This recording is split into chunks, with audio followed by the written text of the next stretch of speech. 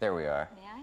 Now that we're through making fun of each other's nationalities and other people's, you were saying? Yes, I just discovered, you know, so John was saying that he discovered that I chain smoke through this article that he was reading about me, you know.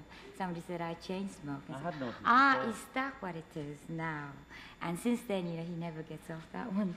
But I just noticed if I'm lighting another one. You mean the video that you chain smoke? Oh, smoking kills, you see. It does, you know. You're setting a bad example Didn't for work, adults John. all over the world. Didn't work, Arthur. Does that ever happen to you, that you find out something about the other from something you read rather than Oh, actually... sure. I mean, I began to suspect she chain smoked because every time I kiss her, I burnt my chin. But, and then I read it in an article. That's a wonderful delivery you've got. That's good. Well, you know, back on the boards. Yeah. But what was I going to say just before that? Do you have any idea? We're talking about articles written about you and all that. Oh, yes. Well, I know where I was. I know where I was. What's that? Earlier, I said you seem to like it here because I've had English guests on, British guests, who said they come here because they're stifled over there and they can't work and they like the exhilaration here. Then I've had American writers who have left America because they feel so menaced and threatened that they like the calm of London. Yeah, well, somebody like Richard Chamberlain went over there and did very well, you know, from going from the soap opera to Hamlet.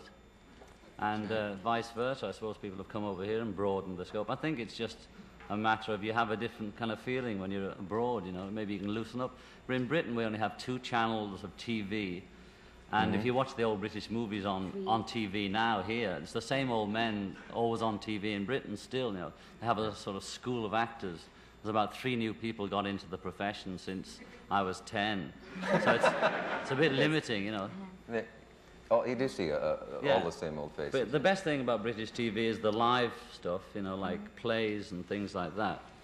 But it just goes off at 12, you know. So if you have a choice in England of either going out to dinner or watching TV, you can't do both. Like, but with America, it's great. You just sort of wake up and it's on, and you get back after going out for an evening and it's still on. It's beautiful. It's nice if you're sick. I love it. You know when you're sick and you're up I'm all night. I'm always sick. That's why I like it so much. According to something I was reading. British TV is all right, though, in a way. You know, they have all sorts of nice plays. Well, it's not bad, my dear.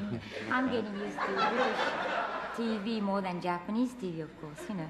Oh, yeah. I feel British sometimes, you know, that way. Did your accent change slightly when you were in England? I don't know. People tell me that I have Liverpool accent now. And all she used to have an American accent, being educated here at those funny schools. Sarah Lawrence. Yeah. Yeah.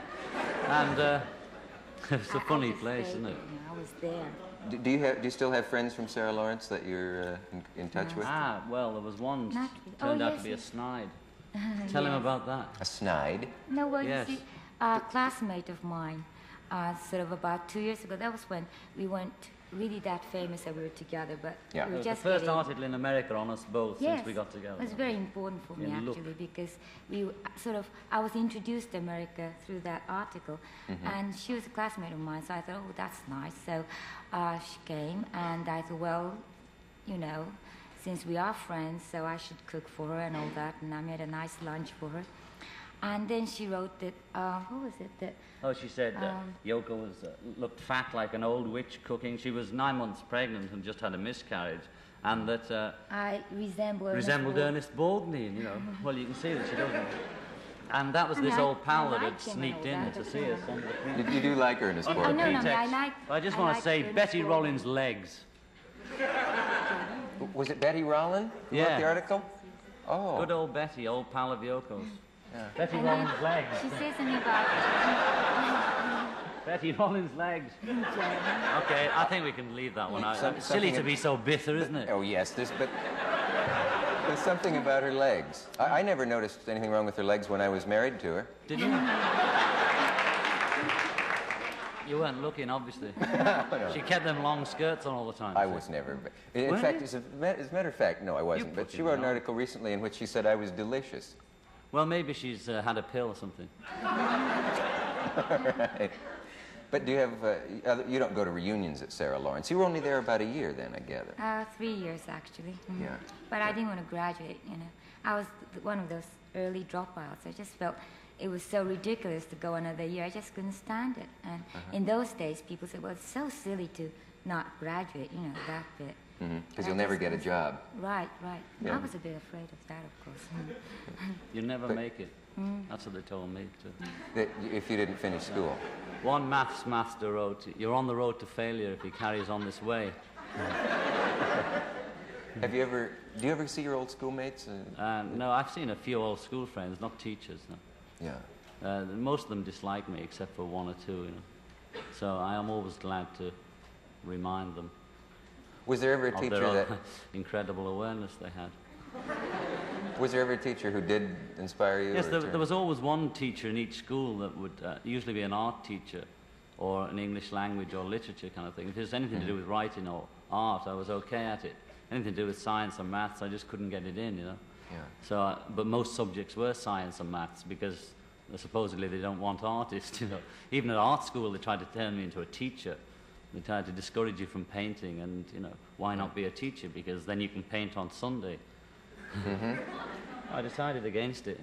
You know, your drawings look a little like James Thurber's. Well, I used to love his stuff when I was a kid. Oh, there did was you? two people. Look like a bit like yours, you know, I think. Well, he's older than me, so he came first, so I look like him.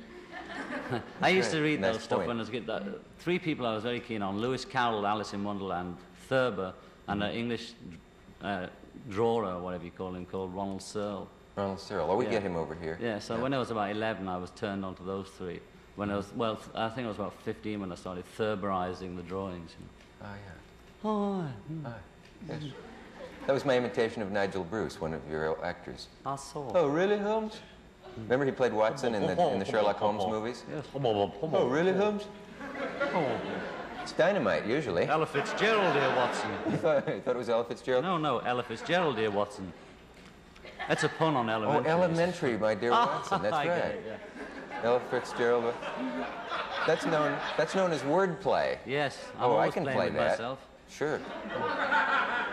Betty Rollins' legs. Our local station. We will be rolling further after this message from our local station.